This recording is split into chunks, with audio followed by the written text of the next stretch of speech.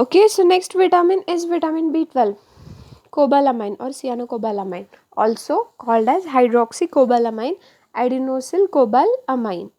So these are some synonyms for your vitamin B12.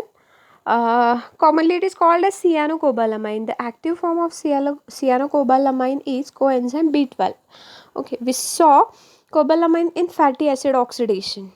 Cobalamin is needed in making adenosyl cobalamin, a cofactor for methylmalonyl mutase, which breaks down odd chain fatty acids.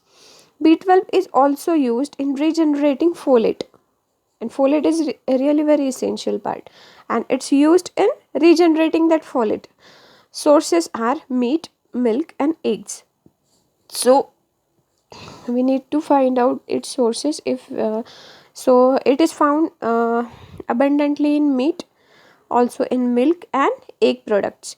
So vegetarians who eat dairy products are okay, but non-dairy vegans may not get enough cobalamin. Okay, so cobalamin, so yes, active form is coenzyme B12. The cyano ion is replaced by a 5-deoxydinosyl group.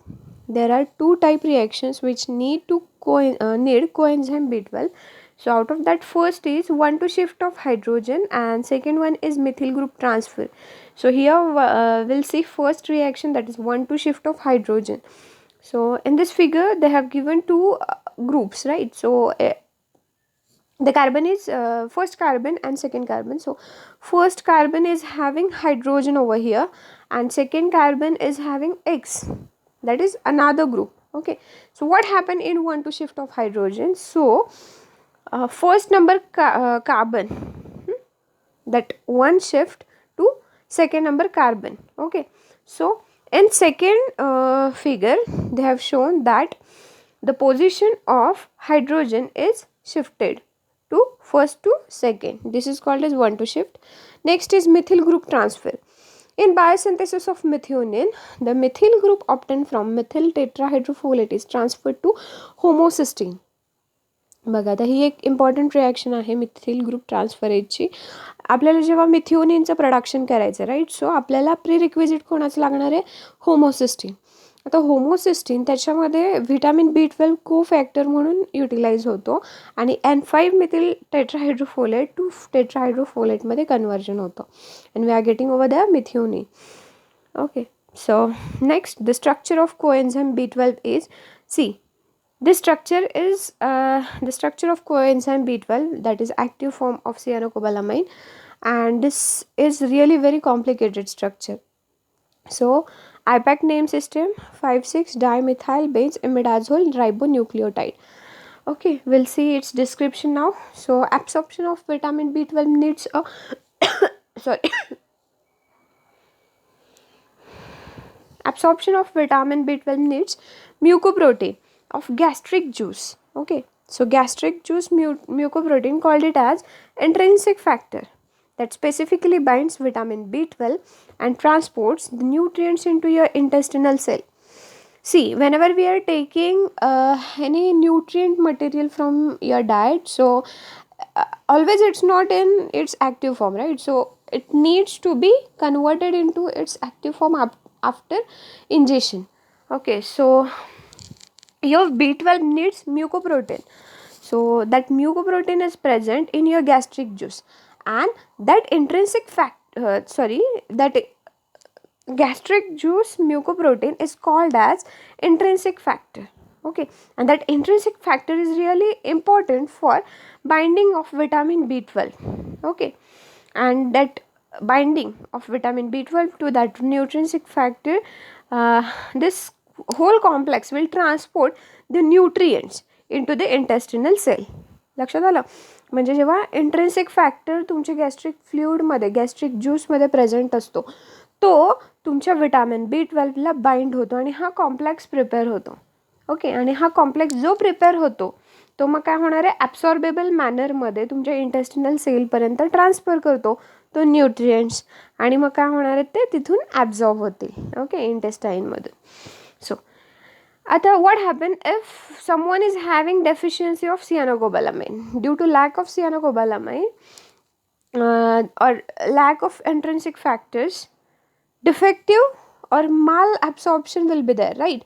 म्हणजे म्युकोप्रोटीन्स जे तुमच्या gastric ज्यूसमध्ये present असायला पाहिजेत ते नसणार आहेत आणि त्याच्यामुळे intrinsic factor जो बाइंड होतो तुमच्या B12शी तो होणार नाही, मग तुमचं ॲब्सॉर्प्शन होत नाही आहे.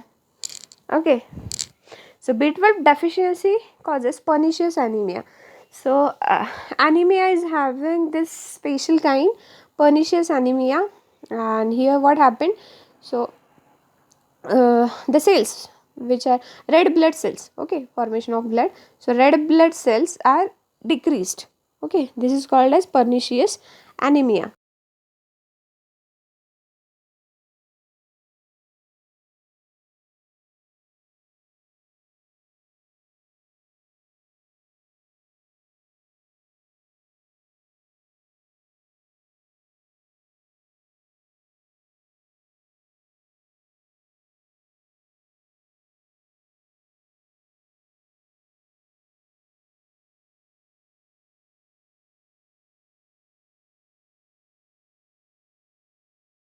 मीन्स वॉट की तुमची बॉडीज तुम्हाला इम्युनाइज करते. No need to go for any infective microorganism to go inside your body, but your whole your own body will have that response. ठीक आहे.